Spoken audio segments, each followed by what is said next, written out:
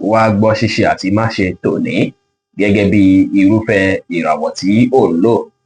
Mo kí Ọlọ́run ọba, mo ṣèbà Olódùmarè, ìbà akọ́dá ayé, ìbà aṣẹ̀dá ọ̀run, mo ṣèbà Ọ̀rúnmìlà atórí ẹni tí ò sunwọ̀n ṣe, mo júbà ọkùnrin, mo júbà obìnrin, mo kí gbogbo ojú tó ń wò mí níbikíbi tí ẹ ti ń gbọ́ mi káàkiri àgbáńlá ayé. Èyí ni ìwádìí ojoojúmọ́ fún gbogbo ìràwọ̀ pátá àti ṣíṣe àti máṣe fún gbogbo ìràwọ̀ pátá ti tòní, tí ń ṣe ọjọ́ Thursday, July 24 ọdún 2025 táwà nínú èyí. Ẹ̀yin tẹ́ ń wò mí pátá, ẹ dákun ẹ dábọ̀ ẹ bá ń share fídíò yìí kó kárí ilé kó kárí oko, kó lè jẹ́ ìwúlò àti àǹfààní fún ọ̀pọ̀lọpọ̀ ènìyàn. Kí ẹ sì má gbàgbé láti follow, kí ẹ sì subscribe, kẹ́ lè pẹ̀lú àwọn tá máa jàǹfààní onírúurú fídíò tá à ń fi léde lójoojúmọ́ fún ìdàgbàsókè ìjọmọ ènìyàn. Ẹ̀yin tẹ́ sì fẹ́ ṣe ìwádìí onírúurú láǹfààní láti kàn sí wa ní WhatsApp 09033897161. Ẹ̀yin tẹ́ ń lò ràwọ̀ iná tó kọranyan Aries, ẹ̀yin tàbí láàrin March 21 sí April 20. Ọjọ́ òní dára púpọ̀ láti fi ṣàwárí ara yín dáadáa, láti fi introspect lọ́jọ́ tòní, kẹ́rí dájú pé lọ ọkọ̀ àti ìgbàlẹ́yìn nìkan, láti ronú nípa àwọn ìgbésẹ̀ tẹ́ ń gbé lákòókò yìí, bóyá ń gbé dáadáa bí ò tí ì dára bẹ́ẹ̀. Lọ́jọ́ tòní kẹ́rí dájú pé ẹ ṣàwárí àwọn kan tó dàbí nǹkan pamọ́ tó ṣe pé ẹ fẹ́ mọ̀ nípa ara yín dáadáa sí. Ẹ lè fi ní ṣèwádìí lónìí irú kò sí problem. Ẹ wá sótìtọ́ ẹ̀sùn òdodo láwùjọ àwọn èèyàn. Lẹ́ni kẹ́rí dájú pé ẹ ṣe nǹkan yín létòlétò, kí ẹ má kánjú ju bó ṣe lọ lórí ohunkóhun, kí ẹ ṣe dáadáa sáwọn èèyàn, kí ẹ sì gbà àlàáfíà láàyè ibikíbi tí ẹ bá wà pẹ̀lú. Aago 9 láàárọ̀ sí aago 10 kọjá 30 ìṣẹ́jú láàárọ̀ ní àkókò èyí tó dára jù fún yín láti fi ṣe ohun tó ṣe kókó tó ṣe pàtàkì jù nínú ìgbésí ayé yín lónìí, tí kọ́lọ̀ blue sì jẹ́ kọ́lọ̀ èyí tó dára jù fún yín láti wọ̀ láṣọ ní ọjọ́ tòní. Ẹ̀yin tẹ́ ń lò ràwọ̀ erùpẹ̀ alámọ̀ Taurus, ẹ̀yin tàbí láàrin April 21 sí May 20, ó ṣeéṣe kí mòdù yín kó fẹ́ rí bákan bákan, bóyá látàrí aáwọ̀ tó wáyé láàrin ẹ̀yin àtèèyàn. Lọ́jọ́ tòní ó ṣeéṣe kí aáwọ̀ wáyé láàrin èèyàn àti mọ̀lẹ́bí àbí èèyàn tó súnmọ́ yín lọ́jọ́ tòní, ṣùgbọ́n kẹ́rí dájú pé ẹ mọ́kàn balẹ̀, kẹ́ má jẹ́ gbogbo nǹkan wọ̀nyí, kẹ́ má jẹ́ kó bọ́dà yín rẹpẹtẹ lọ́jọ́ tòní. Ní ìgbẹ̀yìn gbogbo nǹkan máa padà rí bí ẹ ṣe ń fẹ́. Ẹ ṣáà ní ìgbàgbọ́ ní kíkún nínú ara yín, léèní ẹ má finú tọ̀yàn, kẹ́ má gbára léèyàn rárá. Ẹ tẹpá mọ́ṣẹ́, kẹ́ ní ìrẹ̀lẹ̀, kẹ́ sì ṣe dáadáa sáwọn èèyàn pẹ̀lú. Ẹ wá jìnnà sí ìbínú pátápátá lọ́jọ́ tòní. Green jẹ́ kọ́lọ̀ tó dára jù fún yín láti wọ̀ láṣọ lónìí. Aago 4 ní ìrọ̀lẹ́ sí aago 7 ní àṣálẹ́ ní àkókò èyí tó dára jù fún yín láti fi ṣe ohun tó ṣe kókó tó ṣe pàtàkì jù nínú ìgbésí ayé yín ní ọjọ́ tòní. Ẹ̀yin tẹ́ ń lò ràwọ̀ afẹ́fẹ́ aláwàdà Gemini, ẹ̀yin tàbí láàrin May 21 sí June 21, ó ṣeéṣe kí mòdù yín kó rí bákan lọ́jọ́ tòní, kí ẹ máa ní àwọn èròǹgbà lọ́tùn lósì. Lẹ́ni kẹ́ mọ́kàn balẹ̀, ẹ má jẹ́ kí nǹkan kékeré, ẹ má jẹ́ kó bọ́dà yín rárá. Lọ́jọ́ tòní ó lè gbájúmọ́ bí ẹ ṣe fẹ́ rí dájú pé àwọn èròǹgbà ọkàn yín tó dàbí negative thought yẹ kẹ́ gbé sẹ́gbẹ́ kan, kí ẹ láwọn èròǹgbà tó dára fún dáadáa ìgbésí ayé yín, kí ẹ sì rí dájú pé ẹ fókọ̀sì lórí bọ́jọ́ iwájú ṣe fẹ́ dára lọ́jọ́ tòní. Ó wá dára kí ẹ rí dájú pé ẹ wá dùnnú ní gbogbo ọ̀nà fúnra yín, kẹ́ sì tẹpá mọ́ṣẹ́, bẹ́ẹ̀ sì ni kẹ́ má tàṣejù bo ohunkóhun, kẹ́ sì wá fi ọgbọ́n àtòyé tọ́lọ́run fún yín ṣe ohunkóhun lénìí dára pẹ̀lú. Aago 2 ní ọ̀sán sí aago 3 ní ọ̀sán ní àkókò èyí tó dára jù fún yín láti fi ṣe ohun tó ṣe kókó tó ṣe pàtàkì jù nínú ìgbésí ayé yín lónìí, tí kọ́lọ̀ red sì jẹ́ kọ́lọ̀ èyí tó dára jù fún yín láti wọ̀ láṣọ ní ọjọ́ tòní. Ẹ̀yin tẹ́ ń lò ràwọ̀ omi agbára Cancer, ẹ̀yin tàbí láàrin June 22 sí July 22, ọjọ́ tòní máa jẹ́ tó dára púpọ̀ fẹ́yìn àti mọ̀lẹ́bí yín. Ìbáṣepọ̀ yín àti mọ̀lẹ́bí máa dán mọ́ wọn dáadáa lénìí, ó dára kẹ́ la ọkọ̀ àti ìgbà pẹ̀lú wọn. Kí ẹ ní ìgbàgbọ́ ní kíkún nínú ara yín lórí ohunkóhun tí ẹ bá ń ṣe, bẹ́ẹ̀ sì ní lọ́jọ́ tòní kí ẹ rí dájú pé ẹ fìfẹ́ àti ẹ̀yà hàn sí àwọn ènìyàn, kẹ́ ṣe dáadáa sáwọn èèyàn, kí ẹ sì má ṣe ohun tó lágbára jù ẹ̀mí lọ lénìí pẹ̀lú. Blue jẹ́ kọ́lọ̀ tó dára jù fún yín láti wọ̀ láṣọ lónìí. Aago 1 kọjá 30 ìṣẹ́jú ní ọ̀sán sí aago 2 kọjá ìṣẹ́jú 15 ní ọ̀sán ní àkókò èyí tó dára jù fún yín láti fi ṣe ohun tó ṣe kókó tó ṣe pàtàkì jù nínú ìgbésí ayé yín ní ọjọ́ tòní. Ẹ̀yin tẹ́ ń lò ràwọ̀ iná tó gbóná rere Leo, ẹ̀yin tàbí láàrin July 23 sí August 22, ọjọ́ tòní dára púpọ̀ láti fi dájú pé ẹ yanjú àwọn kan tó dàbí issue èyíkéyìí tó wà níwájú yín, bóyá láyìíká ilé yín lọ́jọ́ tòní. Àwọn kan tó bá dàbí kùdìẹ̀kudiẹ àbí nǹkan tẹ́ ń rò lọ́kàn tẹ́ ní clarity lé lórí, ẹ lè tọ̀ mọ̀lẹ́bí lọ lọ́jọ́ tòní, tàbí èèyàn kan tó jù yín lọ́nu mọ̀lẹ́bí pé lágbájá báyìí kásà báyìí káwòdì, àmọ̀ràn tó bá fún yín lọ́jọ́ tòní àbí àlàkalẹ̀ tó bá fún yín á jẹ́ kí ẹ tún ní àwọn ìwòye tí tuntun lórí nǹkan tí ẹ ń gbà lérò tó ń disturb mind yín yẹn lọ́jọ́ tòní, tí rí ó dára púpọ̀ kí ẹ rí dájú pé ẹ kàn sí àwọn tó ṣe pé ẹ̀yin àti wọn jọ ní àwọ̀ látijọ́ mẹ́ta. Ẹ kọ́kọ́ kàn sí wọn kẹ́ wá báwọ̀ náà ti fẹ́ parí, àwọn náà àti wẹ̀kọ́mù rẹ̀ bẹ́ẹ̀ tí gbogbo àti ìparí tí gbogbo àti ìfi yín lọ́kàn balẹ̀. Lénìí kẹ́ tẹpá mọ́ṣẹ́, kẹ́ ṣe dáadáa sáwọn èèyàn, ẹ ní ìrẹ̀lẹ̀, kí ẹ wà determine, bẹ́ẹ̀ sì ni kí ẹ rí dájú pé ẹ fọwọ́ pẹ́ni tí ọ̀wọ̀ bá tọ́ sí lọ́jọ́ tòní. Purple jẹ́ kọ́lọ̀ tó dára jù fún yín láti wọ̀ láṣọ lónìí. Aago 4 ní ọ̀sán sí aago 5 kọjá 30 ìṣẹ́jú ní ìrọ̀lẹ́ ní àkókò èyí tó dára jù fún yín láti fi ṣe ohun tó ṣe kókó tó ṣe pàtàkì jù nínú ìgbésí ayé yín ní ọjọ́ tòní. ẹ̀yin tẹ́ ń lò ràwọ̀ erùpẹ̀ funfun Virgo, ẹ̀yin tàbí láàrin August 23 sí September 23, ó ṣeé ṣe kí àwọn kùdìẹ̀kudiẹ àwọn difficulty kan kó wáyé lọ́jọ́ tòní, ṣùgbọ́n ní ìgbẹ̀yìn ẹ máa ṣàṣeyọrí, ẹ máa borí àwọn kùdìẹ̀kudiẹ èyíkéyìí pẹ̀lú ìgboyà t'Ọlọ́run fún yín lọ́jọ́ tòní, ẹ máa láǹfààní àti borí rẹ̀ pátápátá tí ẹ máa ṣẹ́gun tínú yín á sì dùn. Lénìí kẹ́ wá rí dájú pé ẹ ta ṣe jù ohunkóhun, ẹ kíyèsára gbogbo àánú kọ́ léèyàn ṣe, ẹ ṣọ́ àánú ṣe lọ́jọ́ tòní, ẹ wá tẹpá mọ́ṣẹ́, ẹ sì wà positive, bẹ́ẹ̀ sì ni kí ẹ fọgbọ́n àfẹ̀yẹ t'Ọlọ́run fún yín ṣe ohunkóhun pẹ̀lú.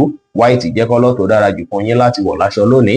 Aago 10 láàárọ̀ sí aago 11 láàárọ̀ ni àkókò èyí tó dára jù fún yín láti fi ṣe ohun tó ṣe kókó tó ṣe pàtàkì jù nínú ìgbésí ayé yín ní ọjọ́ tòní.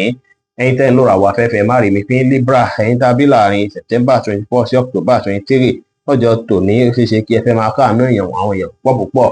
Àwọn nǹkan dáadáa wà lọ́kàn yín lọ́pọ̀lọpọ̀ tẹ́ máa fẹ́ ṣe fáwọn èèyàn lọ́jọ́ tòní, bí kẹ́ ṣàánú lá máa rí láti inú ọkàn yín wá lọ́jọ́ tòní. Lọ́jọ́ tòní nǹkan tí ọkàn yín bá sọ pé kí ẹ ṣe lọ́jọ́ tòní ẹ lè tẹ̀lé kẹ́ ṣe. Bẹ́ẹ̀ sì ni gbogbo nǹkan kíkan tẹ́ bá wá ń ṣe láàyè iṣẹ́ àbí níbikíbi tó ṣe kókó fún yín, ẹ gbọ́dọ̀ ṣe lẹ́yìn aago 6. Ẹ sì lè ṣe ṣáájú aago 6 ìrọ̀lẹ́, ṣùgbọ́n lẹ́yìn aago 6 ìrọ̀lẹ́ kò dára látàrí pé ó ṣeé ṣe kí issue fẹ́ wáyé lórí àwọn nǹkan tí ẹ bá ṣe lẹ́yìn aago 6 ìrọ̀lẹ́ ní. Ó dára lẹ́yìn aago 6 ìrọ̀lẹ́ yẹn kí ẹ fi relax, kí ẹ sinmi dáadáa. Lénìí ẹ gbọ́dọ̀ finú tọ́yànjú, ẹ gbọ́dọ̀ gbára léyànjú, ẹ wulẹ̀ tẹpá mọ́ṣẹ́, bẹ́ẹ̀ sì ni kí ẹ ṣe nǹkan yín létòlétò. Orange tàbí brown wá jẹ́ kọ́lọ̀ tó dára jù fún yín láti wọ̀ láṣọ lónìí. Ẹ̀yin tẹ́ ń lò ràwọ̀ omi tútù Scorpio, ẹ̀yin tàbí láàrin October 24 sí November 22, ó ṣeé ṣe kí ẹ fẹ́ nílò láti jẹ́ ẹni tó ṣe pé á parí áwọ̀ láàrin àwọn kan lọ́jọ́ tòní, tàbí ẹni tó ṣe pé á wá bá ìrìn àlàáfíà ṣe fẹ́ gbalẹ̀ láwùjọ rẹ̀ lọ́jọ́ tòní. Lọ́jọ́ tòní ṣeé ṣe kí ẹ bára yín ní ipò kan tó ṣe pé àwọn kan máa jà, tó ṣe pé ẹ̀yin lẹ máa fẹ́ yanjú rẹ̀, tàbí kẹ́ ó ṣe pé èèyàn máa wá pè yín gbé lágbájá máa bọ̀ wá ràn wá lọ́wọ́ láàyè, lágbájá àti lágbájá ń bára wọn ní issue, tó sì jẹ́ pé ẹ bá wọn yanjú ìṣòro wọn lọ́jọ́ tòní tá sì tẹ́ wọn lọ́rùn. Lọ́jọ́ tòní nǹkan kíkan tó bá wá pè yín sí kẹwàá neutral, kí ẹ rí dájú pé ẹ ṣe níṣe tó ṣe pé máa padà morúkọ yín wọ̀ ó, kẹ̀kẹ́ sára lọ́jọ́ tòní. Ẹ má kánjú ju bó ṣe lọ lórí ohunkóhun, ẹ wà smart, kí ẹ gbájúmọ̀ fún tó yẹ kẹ́ gbájúmọ̀ lákòókò tó tó àtàkòkò tó yẹ. Ẹ tẹpá mọ́ṣẹ́, kẹ́ ṣe nǹkan yín létòlétò, kí ẹ sì má ṣe ṣèlérí ohun tẹ́lẹ̀ múṣẹ fẹ́nikẹ́ni lénìí. Orange jẹ́ kọ́lọ̀ tó dára jù fún yín láti wọ̀ láṣọ lónìí. Aago 4 ní ìrọ̀lẹ́ sí aago 5 ní ìrọ̀lẹ́ ni àkókò èyí tó dára jù fún yín láti fi ṣe ohun tó ṣe kókó tó ṣe pàtàkì jù nínú ìgbésí ayé yín ní ọjọ́ tòní. Ẹ̀yin tẹ́ ń lò ràwọ̀ iná àtùpà Sagittarius, ẹ̀yin tàbí láàrin November 23 sí December 22, ó ṣeé ṣe kó wù yín púpọ̀ láti ṣàánú fáwọn èèyàn dáadáa lọ́jọ́ tòní. Lọ́jọ́ tòní ọkàn yín máa balẹ̀ pẹ̀sẹ̀, bẹ́ẹ̀ sì ni àwọn èèyàn tó rọ̀gbà yín ká wọ́n á fi ìfẹ́ àti ọ̀yàyà hàn sí yín lọ́jọ́ tòní, ìyẹn sì máa jẹ́ kí inú yín dùn káyọ̀ yín kún. Lọ́jọ́ tòní ó dára kí ẹ báwọn èèyàn sọ̀rọ̀ pẹ̀lú ìfẹ́, pàápàá kí ẹ rí dájú pé ẹ ń kọbi ara sí nǹkan tí àwọn èèyàn bá ń fẹ́ láyìíká yín lọ́jọ́ tòní. Bá jẹ́ àlàyé ọ̀rọ̀ kan lọ́fẹ́ látẹnu yín, kí ẹ rí dájú pé fi fún wọn dáadáa tẹ́ bá ṣe sáwọn olólùfẹ́ yín lọ́jọ́ tòní, ó máa bí dáadáa fún yín lọ́jọ́ iwájú ni o. Lẹ́ni kí ẹ rí dájú pé ẹ ṣe dáadáa sáwọn èèyàn, kí ẹ wá ìdùnnú ní gbogbo ọ̀nà, kí ẹ sì má sọ̀rọ̀ àsọjù ní àwùjọ lénìí pẹ̀lú.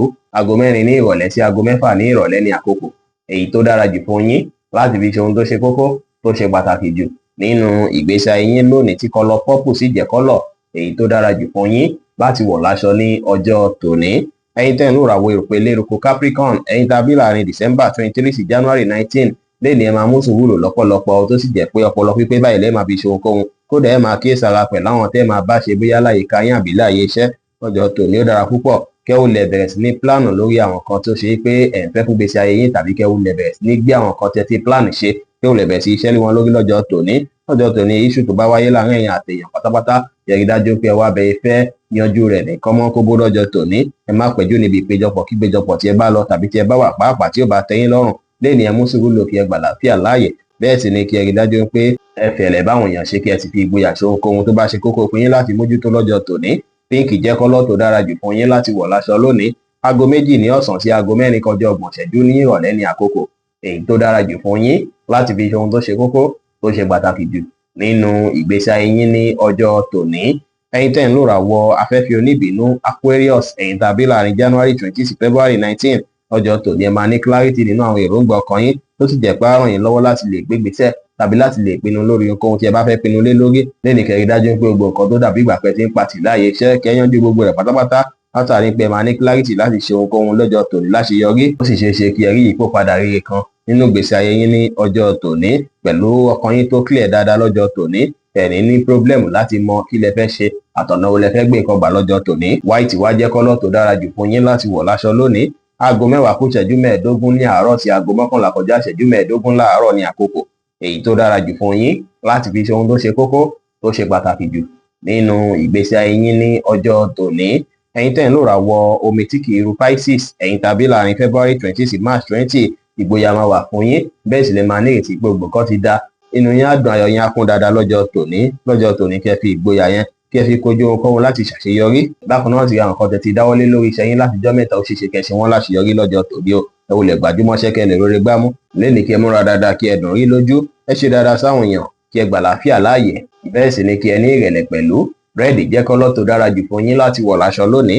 Aago 5 kù ìṣẹ́jú 15 ní ìrọ̀lẹ́ sí aago 6 kù ìṣẹ́jú 15 ní ìrọ̀lẹ́ ní àkókò èyí tó dára jù fún yín láti fi ṣe ohun tó ṣe kókó tó ṣe pàtàkì jù nínú ìgbésí ayé yín ní ọjọ́ tòní. Bí ó ṣe jẹ́ nìyẹn fún gbogbo irúfẹ́ ìràwọ̀ méjìlá tó wà pátá. Ẹ̀yin tẹ́ ń wò mí pátá, ẹ má gbàgbé pé Ọlọ́run Olódùmarè nìkan lọ́ba tó ní ìmọ̀ jùlọ. Fẹ́yìn tẹ́ fẹ́ ṣèwádìí onírúurú, ẹ láǹfààní láti kàn sí wa ní WhatsApp 09033897161. Ire gbogbo á jẹ́ tiwa lónìí, lọ́sẹ̀ yìí, lóṣù yìí àti ní gbogbo ọjọ́ ayé wa láṣẹ Èdùmàrè. Ire o.